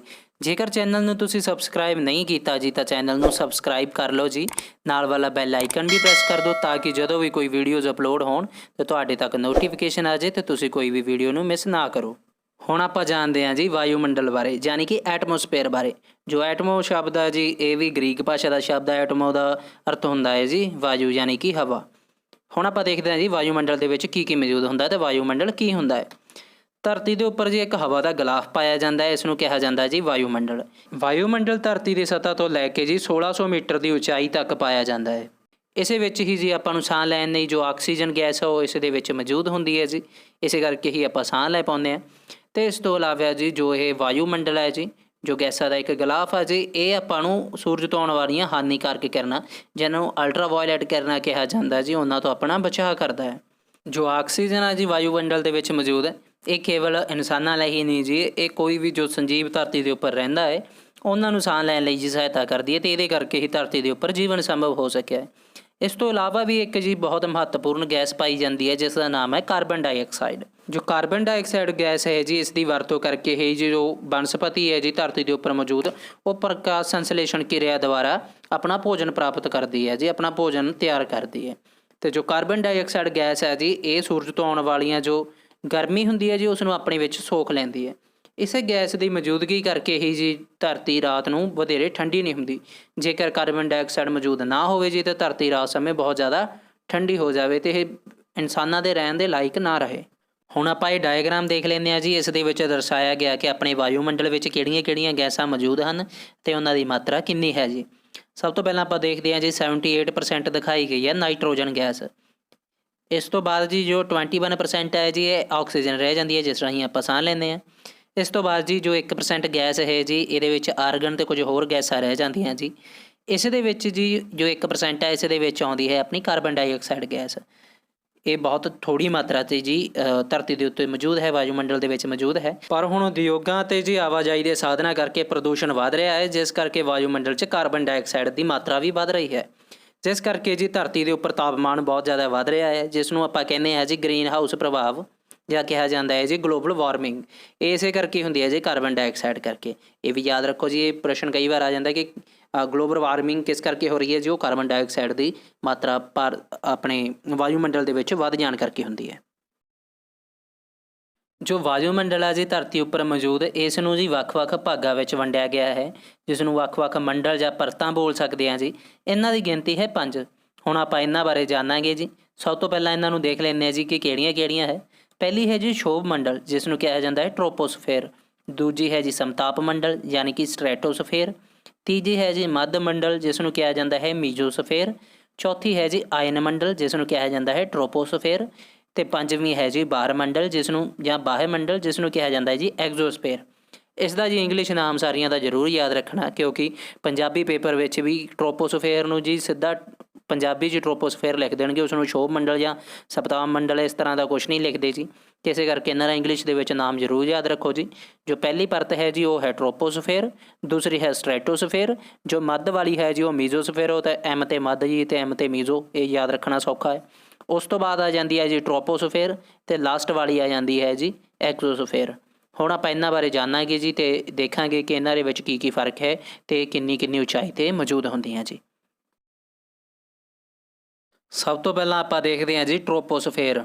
ਇਹ ਹੁੰਦੀ ਹੈ ਜੀ 0 ਤੋਂ 10 ਕਿਲੋਮੀਟਰ ਦੀ ਉਚਾਈ ਤੱਕ, ਯਾਨੀ ਕਿ ਧਰਤੀ ਦੀ ਸਤ੍ਹਾ ਤੋਂ 10 ਕਿਲੋਮੀਟਰ ਦੀ ਉਚਾਈ ਤੱਕ ਜੋ ਵਾਯੂਮੰਡਲ ਦੀ ਪਰਤ ਹੋਊਗੀ ਜੀ, ਇਸ ਨੂੰ ਕਿਹਾ ਜਾਂਦਾ ਹੈ ਟ੍ਰੋਪੋਸਫੇਅਰ।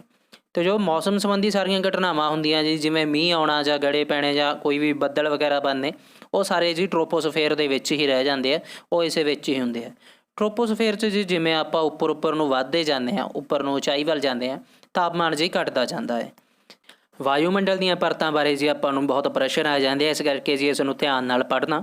ਹੁਣ ਆਪਾਂ ਦੂਸਰੀ ਪਰਤ ਬਾਰੇ ਗੱਲ ਕਰਦੇ ਹਾਂ ਜੀ, ਜਿਸ ਨੂੰ ਕਿਹਾ ਜਾਂਦਾ ਹੈ ਸਟ੍ਰੈਟੋਸਫੇਅਰ। ਇਹ ਜੀ 10 ਕਿਲੋਮੀਟਰ ਤੋਂ ਲੈ ਕੇ 30 ਕਿਲੋਮੀਟਰ ਦੀ ਉਚਾਈ ਤੱਕ ਪਾਈ ਜਾਂਦੀ ਹੈ। ਅਤੇ ਜੋ ਸਟ੍ਰੈਟੋਸਫੇਅਰ ਆ ਜੀ, ਇਸ ਦੇ ਨਾਲ ਜੁੜਿਆ ਇੱਕ ਬਹੁਤ ਇੰਪੋਰਟੈਂਟ ਪ੍ਰਸ਼ਨ ਹੈ ਜੀ ਕਿ ਜੋ ਓਜ਼ੋਨ ਪਰਤ ਆ ਜੀ, ਓਜ਼ੋਨ ਗੈਸ ਦੀ ਲੇਅਰ ਆ, ਉਹ ਇਸੇ ਆਪਾਂ ਨੂੰ ਮੰਡਲ ਵਿੱਚ ਮਿਲਦੀ ਹੈ, ਸਟ੍ਰੈਟੋਸਫੇਅਰ ਮੰਡਲ ਦੇ ਵਿੱਚ ਮਿਲਦੀ ਹੈ। ਅਤੇ ਇੱਕ ਇਹ ਵੀ ਪ੍ਰਸ਼ਨ ਪੁੱਛਿਆ ਜਾਂਦਾ ਹੈ ਜੀ, ਜੋ ਹਵਾਈ ਜਹਾਜ਼ ਆ, ਜੋ ਜੈੱਟ ਜਹਾਜ਼ ਆ, ਇਹ ਕਿਹੜੀ ਲੇਅਰ ਦੇ ਵਿੱਚ ਉੱਡਦੇ ਆ। ਅਤੇ ਇੱਥੇ ਇਹ ਵੀ ਯਾਦ ਰੱਖੋ ਜੀ, ਇਹ ਵੀ ਸਟ੍ਰੈਟੋਸਫੇਅਰ ਦੇ ਵਿੱਚ ਉੱਡਦੇ ਆ, ਕਿਉਂਕਿ ਜੋ ਮੌਸਮ ਸੰਬੰਧੀ ਘਟਨਾਵਾਂ ਹੁੰਦੀਆਂ ਜਾਂ ਬੱਦਲ ਹੁੰਦੇ ਆ ਜਾਂ ਕੋਈ ਵੀ ਬਾਰਿਸ਼ ਹੋਣਾ ਜਾਂ ਕੋਈ ਵੀ ਇੱਦਾਂ ਦੀ ਘਟਨਾ ਜੋ ਵੈਦਰ ਦੇ ਰਿਲੇਟਡ ਹੈ ਜੀ, ਉਹ ਸਾਰੀ ਟ੍ਰੋਪੋਸਫੇਅਰ ਦੇ ਵਿੱਚ ਹੋ ਜਾਂਦੀ ਹੈ। ਅਤੇ ਜੋ ਸਟ੍ਰੈਟੋਸਫੇਅਰ ਆ, ਇਹ ਬਿਲਕੁਲ ਇੱਕ ਸਾਫ਼ ਲੇਅਰ ਹੁੰਦੀ ਹੈ ਜੀ, ਅਤੇ ਇਸੇ ਲਈ ਜੋ ਜਹਾਜ਼ ਹੁੰਦੇ ਆ ਉਹ ਇਸੇ ਦੇ ਵਿੱਚ ਉੱਡਦੇ ਆ। ਇਸ ਤੋਂ ਬਾਅਦ ਆਪਾਂ ਦੇਖਦੇ ਹਾਂ ਜੀ ਜੋ ਤੀਸਰੀ ਸਫੇਅਰ ਆ, ਜਿਸ ਨੂੰ ਮੱਧ ਮੰਡਲ ਕਿਹਾ ਜਾਂਦਾ ਹੈ ਜਾਂ ਕਿਹਾ ਜਾਂਦਾ ਹੈ ਜੀ ਮੀਜ਼ੋਸਫੇਅਰ। ਇਹ ਆਪਾਂ ਨੂੰ ਜੀ 30 ਕਿਲੋਮੀਟਰ ਤੋਂ ਲੈ ਕੇ 50 ਕਿਲੋਮੀਟਰ ਦੀ ਉਚਾਈ ਤੱਕ ਮਿਲਦੀ ਹੈ। ਇਸ ਦੇ ਰਿਲੇਟਡ ਜੀ ਇੱਕ ਬਹੁਤ ਪ੍ਰਸ਼ਨ ਜੋ ਆਪਾਂ ਨੂੰ ਆਉਂਦਾ ਹੈ ਕਿ ਉਲਕਾ ਪਿੰਡ ਕਿਸ ਪਰਤ ਦੇ ਵਿੱਚ ਜਲ ਜਾਂਦੇ ਆ ਜੀ, ਅਤੇ ਉਹ ਜਲਦੇ ਆ ਜੀ ਮੱਧ ਮੰਡਲ 'ਚ, ਜਿਸ ਨੂੰ ਕਿਹਾ ਜਾਂਦਾ ਮੀਜ਼ੋਸਫੇਅਰ। ਹੁਣ ਆਪਾਂ ਗੱਲ ਕਰਦੇ ਹਾਂ ਜੀ ਚੌਥੀ ਲੇਅਰ ਬਾਰੇ, ਜਿਸ ਦਾ ਨਾਮ ਹੈ ਜੀ ਆਇਨ ਮੰਡਲ ਯਾਨੀ ਕਿ ਥਰਮੋਸਫੇਅਰ। ਇਹ ਜੀ ਇੱਕ ਗਰਮ ਪਰਤ ਹੁੰਦੀ ਹੈ, ਅਤੇ ਇਹ ਆਪਾਂ ਨੂੰ ਜੀ 50 ਤੋਂ ਲੈ ਕੇ 400 ਕਿਲੋਮੀਟਰ ਦੀ ਉਚਾਈ ਤੱਕ ਮਿਲਦੀ ਹੈ। ਅਤੇ ਇੱਥੇ ਜੀ ਜੋ ਤੁਸੀਂ ਇਹ ਡਾਇਆਗ੍ਰਾਮ ਦੇਖ ਰਹੇ ਆ ਜੀ, ਇਸ ਨੂੰ ਕਿਹਾ ਜਾਂਦਾ ਹੈ ਅਰੋਰਾ। ਜੋ ਅਰੋਰਾ ਹੈ ਜੀ, ਇਹ ਇਸੇ ਪਰਤ ਦੇ ਵਿੱਚ ਮੌਜੂਦ ਹੁੰਦੇ ਆ। ਅਰੋਰਾ ਕੀ ਹੁੰਦਾ ਹੈ ਜੀ? ਅਰੋਰਾ ਜੀ ਕੁਝ ਗੈਸਾਂ ਜਿਹੜੀਆਂ ਇਸ ਲੇਅਰ ਦੇ ਵਿੱਚ ਮੌਜੂਦ ਹੁੰਦੀਆਂ, ਉਹਨਾਂ ਦੇ ਵਿੱਚ ਜੀ ਆਪਸ 'ਚ ਕਿਰਿਆਵਾਂ ਹੁੰਦੀ ਹੈ, ਅਤੇ ਉਹ ਵੱਖ-ਵੱਖ ਰੰਗ ਰਾਤ ਵੇਲੇ ਦਿਖਾਈ ਦਿੰਦੇ ਆ ਜੀ ਅਸਮਾਨ ਦੇ ਵਿੱਚ। ਜਿਵੇਂ ਇਸ ਤਰ੍ਹਾਂ ਗਰੀਨ ਦਿਖ ਰਿਹਾ ਜੀ, ਇਹ ਪਿੰਕ ਵੀ ਦਿਖਦਾ ਹੈ, ਬਲੂ ਵੀ ਦਿਖਦਾ ਹੈ। ਇਹ ਕੁਝ ਵਿਦੇਸ਼ਾਂ ਵਿੱਚ ਜੀ ਇਸ ਤਰ੍ਹਾਂ ਦੇ ਨਜ਼ਾਰੇ ਦੇਖਣ ਨੂੰ ਮਿਲਦੇ ਆ। ਇਸੇ ਨੂੰ ਕਿਹਾ ਜਾਂਦਾ ਹੈ ਜੀ ਅਰੋਰਾ। ਇਹ ਮਿਲਦਾ ਹੈ ਜੀ ਆਪਾਂ ਨੂੰ ਥਰਮੋਸਫੇਅਰ ਦੇ ਅੰਦਰ। ਥਰਮੋਸਫੇਅਰ ਲੇਅਰ ਦੇ ਵਿੱਚ ਇਹ ਸਾਰੀ ਕਿਰਿਆ ਹੁੰਦੀ ਹੈ। ਅਤੇ ਲਾਸਟ ਵਾਲੀ ਜੋ ਲੇਅਰ ਆ ਜੀ, ਉਸ ਨੂੰ ਕਿਹਾ ਜਾਂਦਾ ਹੈ ਬਾਹਰ ਮੰਡਲ ਜਾਂ ਬਾਹਰ ਮੰਡਲ ਜੀ। ਇਸ ਨੂੰ ਬੋਲਿਆ ਜਾਂਦਾ ਹੈ ਜੀ ਇੰਗਲਿਸ਼ ਵਿੱਚ ਐਗਜ਼ੋਸਫੇਅਰ। ਇਸ ਦੀ ਉਚਾਈ ਹੁੰਦੀ ਹੈ ਜੀ 400 ਕਿਲੋਮੀਟਰ ਤੋਂ ਪਲੱਸ। ਜੋ 400 ਕਿਲੋਮੀਟਰ ਤੋਂ ਉਚਾਈ ਜ਼ਿਆਦਾ ਹੋਏਗੀ ਜੀ, ਉਹ ਸਾਰੀ ਬਾਹਰ ਮੰਡਲ ਵਿੱਚ ਜਾਂ ਐਗਜ਼ੋਸਫੇਅਰ ਵਿੱਚ ਆ ਜਾਏਗੀ। ਇਸ ਪਰਤ ਵਿੱਚ ਜੀ ਹਾਈਡਰੋਜਨ ਅਤੇ ਹੀਲੀਅਮ ਵਰਗੀਆਂ ਹਲਕੀਆਂ ਗੈਸਾਂ ਮੌਜੂਦ ਹੁੰਦੀਆਂ। ਆਪਾਂ ਨੂੰ ਪਤਾ ਹੈ ਜੀ ਜੋ ਹਲਕੀ ਹਵਾ ਹੁੰਦੀ ਹੈ ਉੱਪਰ ਨੂੰ ਉੱਠਦੀ ਹੈ, ਅਤੇ ਹਵਾ ਗੈਸ ਹੀ ਹੁੰਦੀ ਹੈ ਜੀ। ਇਸੇ ਕਰਕੇ ਗੈਸਾਂ ਉੱਪਰ ਵੱਲ ਉੱਠਦੀਆਂ ਜੀ, ਅਤੇ ਬਿਲਕੁਲ ਲਾਸਟ ਵਾਲੀ ਲੇਅਰ ਦੇ ਵਿੱਚ ਹਲਕੀਆਂ ਗੈਸਾਂ ਹਾਈਡਰੋਜਨ ਅਤੇ ਹੀਲੀਅਮ ਪ੍ਰਾਪਤ ਹੁੰਦੀਆਂ ਜੀ। ਹੁਣ ਤੱਕ ਜੀ ਆਪਾਂ ਵੀਡੀਓ ਦੇ ਅੰਦਰ ਥਲ ਮੰਡਲ, ਜਲ ਮੰਡਲ ਅਤੇ ਵਾਯੂਮੰਡਲ ਯਾਨੀ ਕਿ ਜੀ ਲਿਥੋਸਫੇਅਰ, ਹਾਈਡਰੋਸਫੇਅਰ ਅਤੇ ਐਟਮੋਸਫੇਅਰ ਤਿੰਨਾਂ ਬਾਰੇ ਆਪਾਂ ਜਾਣ ਚੁੱਕੇ ਹਾਂ ਜੀ। ਹੁਣ ਇਹ ਤਿੰਨੇ ਭਾਗਾਂ ਤੋਂ ਮਿਲ ਕੇ ਜੀ ਜੋ ਭਾਗ ਬਣਦਾ ਹੈ, ਜਿਸ ਨੂੰ ਜੀਵ ਮੰਡਲ ਜਾਂ ਬਾਇਓਸਫੇਅਰ ਕਿਹਾ ਜਾਂਦਾ ਹੈ ਜੀ, ਹੁਣ ਆਪਾਂ ਉਹਦੇ ਬਾਰੇ ਪੜ੍ਹਦੇ ਹਾਂ ਅਤੇ ਜਾਣਦੇ ਹਾਂ ਜੀ ਕਿ ਉਹ ਕੀ ਹੁੰਦਾ ਹੈ। ਹੁਣ ਆਪਾਂ ਜਾਣਦੇ ਹਾਂ ਜੀ ਜੈਵ ਮੰਡਲ ਬਾਰੇ, ਜਿਸ ਨੂੰ ਕਿਹਾ ਜਾਂਦਾ ਹੈ ਬਾਇਓਸਫੇਅਰ। ਜੈਵ ਮੰਡਲ ਉਹ ਜਗ੍ਹਾ ਹੈ ਜੀ ਜਿੱਥੇ ਤਿੰਨੇ ਥਲ ਮੰਡਲ, ਜਲ ਮੰਡਲ ਅਤੇ ਵਾਯੂਮੰਡਲ ਆਪਸ ਵਿੱਚ ਮਿਲਦੇ ਆ ਜੀ। ਮਤਲਬ ਕਿ ਉਹ ਖੇਤਰ ਜੀ ਜਿੱਥੇ ਇਹ ਤਿੰਨੋਂ ਇਕੱਠੇ ਮੌਜੂਦ ਹੁੰਦੇ ਆ, ਜਿਵੇਂ ਕਿ ਜੀ ਆ ਡਾਇਗਰਾਮ ਵਿੱਚ ਦਿਖਾਇਆ ਗਿਆ ਹੈ ਜੀ। ਜਲ ਮੰਡਲ ਵੀ ਹੈ ਜੀ, ਇੱਥੇ ਵਾਯੂਮੰਡਲ ਵੀ ਹੈ ਅਤੇ ਥਲ ਮੰਡਲ ਵੀ, ਇਹ ਤਿੰਨੇ ਚੀਜ਼ਾਂ ਮੌਜੂਦ ਹੈ ਜੀ। ਇੱਥੇ ਕੀ ਹੁੰਦਾ ਹੈ ਜੀ, ਇਹ ਤਿੰਨੋਂ ਮੰਡਲਾਂ ਦੇ ਵਿੱਚ ਜੋ ਵੀ ਕੋਈ ਕਿਰਿਆ ਹੁੰਦੀ ਹੈ ਜੀ, ਉਹ ਸਿੱਧੇ ਜਾਂ ਸਿੱਧੇ ਤੌਰ 'ਤੇ ਬਾਕੀ ਮੰਡਲਾਂ ਨੂੰ ਵੀ ਪ੍ਰਭਾਵਿਤ ਕਰਦੀ ਹੈ। ਜਿਵੇਂ ਕਿ ਆਪਾਂ ਮੰਨ ਲੈਂਦੇ ਹਾਂ ਜੀ ਥਲ ਮੰਡਲ 'ਤੇ ਮਨੁੱਖ ਰਹਿੰਦਾ ਹੈ, ਜੋ ਵਾਤਾਵਰਨ ਦੇ ਵਿੱਚੋਂ ਜੀ ਰੁੱਖ ਕੱਟਦਾ ਹੈ ਅਤੇ ਉਸ ਦਾ ਪ੍ਰਭਾਵ ਆਪਣੇ ਵਾਯੂਮੰਡਲ 'ਤੇ ਵੀ ਪੈਂਦਾ ਹੈ ਅਤੇ ਜਲ ਮੰਡਲ 'ਤੇ ਵੀ ਪੈਂਦਾ ਹੈ ਜੀ। ਇਸੇ ਤਰ੍ਹਾਂ ਜੋ ਉਹ ਪ੍ਰਦੂਸ਼ਣ ਘੱਟ ਕਰਦਾ ਹੈ ਜੀ, ਅਤੇ ਉਹਦੇ ਕਰਕੇ ਸਾਰੇ ਵਾਯੂਮੰਡਲ ਨੂੰ, ਥਲ ਮੰਡਲ ਨੂੰ, ਜਲ ਮੰਡਲ ਨੂੰ, ਸਾਰਿਆਂ ਨੂੰ ਫਾਇਦਾ ਹੁੰਦਾ ਹੈ। ਇਸ ਕਰਕੇ ਆਪਾਂ ਕਹਿ ਸਕਦੇ ਹਾਂ ਜੀ ਇਹ ਸਿੱਧੇ ਜਾਂ ਸਿੱਧੇ ਤੌਰ 'ਤੇ ਇਹ ਸਾਰੇ ਇੱਕ ਦੂਜੇ ਨੂੰ ਪ੍ਰਭਾਵਿਤ ਕਰਦੇ ਆ। ਜੋ ਇਹ ਜੈਵ ਮੰਡਲ ਹੁੰਦਾ ਜੀ, ਇਸ ਵਿੱਚ ਛੋਟੇ ਬੈਕਟੀਰੀਆ ਤੋਂ ਲੈ ਕੇ ਵੱਡੇ ਵੱਡੇ ਜਾਨਵਰ ਅਤੇ ਮਨੁੱਖ ਆਦਿ ਜੀ ਸਭ ਕੁਛ ਇਸ ਦੇ ਅੰਦਰ ਸ਼ਾਮਲ ਹੁੰਦਾ ਹੈ। ਜੋ ਜੈਵ ਮੰਡਲ ਹੈ ਜੀ ਇਸ ਨੂੰ ਆਪਾਂ ਦੋ ਭਾਗਾਂ ਵਿੱਚ ਵੰਡ ਸਕਦੇ ਹਾਂ ਜੀ। ਇੱਕ ਤਾਂ ਹੈ ਜੀ ਜੰਤੂ ਜਗਤ, ਜਿਸ ਵਿੱਚ ਜਾਨਵਰ ਆ ਜਾਂਦੇ ਆ, ਅਤੇ ਦੂਜਾ ਹੈ ਬਨਸਪਤੀ ਜਗਤ। ਜੋ ਮਨੁੱਖ ਹੈ ਇਹ ਵੀ ਜੀ ਜੰਤੂ ਜਗਤ ਦੇ ਅੰਦਰ ਹੀ ਆਉਂਦਾ ਹੈ। ਆਪਾਂ ਜਾਣਦੇ ਹਾਂ ਜੀ ਕਿ ਧਰਤੀ ਉੱਪਰ ਜੋ ਸਜੀਵ ਪਾਏ ਜਾਂਦੇ ਆ ਜੀ, ਉਹਨਾਂ ਦੇ ਵਿੱਚੋਂ ਮਨੁੱਖ ਹੀ ਹੈ ਜੋ ਸਭ ਤੋਂ ਵੱਧ ਵਿਕਸਿਤ ਅਤੇ ਸਭ ਤੋਂ ਵੱਧ ਸਮਝਦਾਰ ਮੰਨਿਆ ਜਾਂਦਾ ਹੈ। ਪਰ ਮਨੁੱਖ ਹੀ ਹੈ ਜੀ ਹੁਣ ਜੋ ਇਹ ਤਿੰਨੇ ਮੰਡਲਾਂ ਨੂੰ ਪ੍ਰਭਾਵਿਤ ਕਰ ਰਿਹਾ ਹੈ। ਸਭ ਤੋਂ ਜ਼ਿਆਦਾ ਪ੍ਰਦੂਸ਼ਣ ਵੀ ਹੁਣ ਮਨੁੱਖ ਦੁਆਰਾ ਹੀ ਕੀਤਾ ਜਾ ਰਿਹਾ ਹੈ। ਜਿਵੇਂ ਕਿ ਆਪਾਂ ਨੂੰ ਪਤਾ ਹੈ ਜੀ ਕਿ ਆਵਾਜਾਈ ਦੇ ਸਾਧਨਾਂ ਨਾਲ ਵਾਯੂਮੰਡਲ ਪ੍ਰਭਾਵਿਤ ਹੁੰਦਾ ਹੈ ਜੀ। ਹਵਾ ਦੇ ਵਿੱਚ ਜੀ ਹਾਨੀਕਾਰਕ ਗੈਸਾਂ ਜਾਂਦੀਆਂ, ਵਧੇ ਉਦਯੋਗਾਂ ਨਾਲ ਵੀ ਜੀ ਵਾਯੂਮੰਡਲ ਵੀ ਪ੍ਰਭਾਵਿਤ ਹੁੰਦਾ ਅਤੇ ਉਸ ਦੀ ਰਹਿੰਦ ਖੂੰਹਦ ਜੋ ਪਾਣੀ ਦੇ ਵਿੱਚ ਛੱਡੀ ਜਾਂਦੀ ਹੈ ਜੀ, ਉਸ ਨਾਲ ਆਪਣਾ ਜੋ ਜਲ ਮੰਡਲ ਹੈ ਜੀ ਉਹ ਵੀ ਪ੍ਰਭਾਵਿਤ ਹੁੰਦਾ ਹੈ। ਇਸ ਲਈ ਜੀ ਮਨੁੱਖ ਨੂੰ ਹੀ ਕੁਝ ਸਹੀ ਵਿਚਾਰ ਕਰਨੇ ਚਾਹੀਦੇ ਹਨ, ਉਸ ਨੂੰ ਸਹੀ ਕੋਈ ਉਪਾਅ ਕਰਨੇ ਚਾਹੀਦੇ ਹਨ, ਜਿਸ ਕਰਕੇ ਉਹ ਜੀ ਬਾਕੀ ਵਾਯੂਮੰਡਲ ਨੂੰ, ਜਲ ਮੰਡਲ ਨੂੰ ਵੀ ਵਧੀਆ ਬਣਾ ਸਕੇ ਅਤੇ ਉਹਨਾਂ ਨੂੰ ਚੰਗਾ ਅਤੇ ਸਾਫ਼ ਬਣਾ ਕੇ ਜੀ ਆਪਣੇ ਜੀਵਨ ਨੂੰ ਵੀ ਇੱਕ ਵਧੀਆ ਦਿਸ਼ਾ ਪ੍ਰਦਾਨ ਕਰ ਸਕੇ ਅਤੇ ਮਨੁੱਖ ਜਾਤੀ ਦੇ ਭਲੇ ਲਈ ਕੋਈ ਕਦਮ ਚੁੱਕ ਸਕੇ। ਇਸ ਲਈ ਜੇ ਆਪਣਾ ਵੀ ਫਰਜ਼ ਬਣ ਜਾਂਦਾ ਹੈ, ਕਿਉਂਕਿ ਆਪਾਂ ਵੀ ਇਨਸਾਨ ਹਾਂ, ਆਪਾਂ ਨੂੰ ਵੀ ਚਾਹੀਦਾ ਹੈ ਜੀ ਕਿ ਕੁਦਰਤ ਦੁਆਰਾ ਜੋ ਵੀ ਆਪਾਂ ਨੂੰ ਸਾਧਨ ਮੌਜੂਦ ਕਰਵਾਏ ਗਏ ਆ, ਉਹਨਾਂ ਦੀ ਆਪਾਂ ਜੀ ਸੁਵਰਤੋਂ ਕਰੀਏ, ਉਹਨਾਂ ਦੀ ਕੁਵਰਤੋਂ ਨਾ ਕਰੀਏ। ਇੱਥੇ ਹੀ ਆਪਣਾ ਜੀ ਇਹ ਲੈਸਨ ਖਤਮ ਹੁੰਦਾ ਹੈ। ਹੋਪ ਸੋ ਤੁਹਾਨੂੰ ਵੀਡੀਓ ਵਧੀਆ ਲੱਗੀ ਹੋਏਗੀ ਜੀ। ਵੀਡੀਓ ਚੰਗੀ ਲੱਗੀ ਤਾਂ ਵੀਡੀਓ ਨੂੰ ਲਾਈਕ ਕਰਨਾ, ਕਮੈਂਟ ਕਰਨਾ ਅਤੇ ਸ਼ੇਅਰ ਕਰਨਾ ਨਾ ਭੁੱਲਣਾ। ਇੱਥੇ ਹੀ ਸਮਾਪਤ ਹੁੰਦੀ ਹੈ ਜੀ ਆਪਣੀ ਅੱਜ ਦੀ ਇਹ ਵੀਡੀਓ। ਹੋਪ ਸੋ ਤੁਹਾਨੂੰ ਵੀਡੀਓ ਵਧੀਆ ਲੱਗੀ ਹੋਏਗੀ। ਵੀਡੀਓ ਚੰਗੀ ਲੱਗੀ ਤਾਂ ਜੀ ਵੀਡੀਓ ਨੂੰ ਲਾਈਕ ਕਰੋ, ਸ਼ੇਅਰ ਕਰੋ। ਵੀਡੀਓ ਬਾਰੇ ਆਪਣੇ ਵਿਚਾਰ ਜੀ ਕਮੈਂਟਾਂ ਵਿੱਚ ਜ਼ਰੂਰ ਦੱਸੋ। ਜੇਕਰ ਤੁਸੀਂ ਚੈਨਲ ਨੂੰ ਸਬਸਕ੍ਰਾਈਬ ਨਹੀਂ ਕੀਤਾ ਜੀ ਤਾਂ ਚੈਨਲ ਨੂੰ ਸਬਸਕ੍ਰਾਈਬ ਕਰ ਲਓ, ਨਾਲ ਵਾਲਾ ਬੈਲ ਆਈਕਨ ਵੀ ਪ੍ਰੈਸ ਕਰ ਲਓ ਜੀ, ਤਾਂ ਕਿ ਜਦੋਂ ਵੀ ਕੋਈ ਵੀਡੀਓ ਅਪਲੋਡ ਹੋਵੇ ਤਾਂ ਤੁਹਾਡੇ ਤੱਕ ਨੋਟੀਫਿਕੇਸ਼ਨ ਪਹੁੰਚ ਜਾਵੇ, ਤੁਸੀਂ ਕੋਈ ਵੀ ਵੀਡੀਓ ਨੂੰ ਮਿਸ ਨਾ ਕਰੋ। Thank you for watching Punjab education.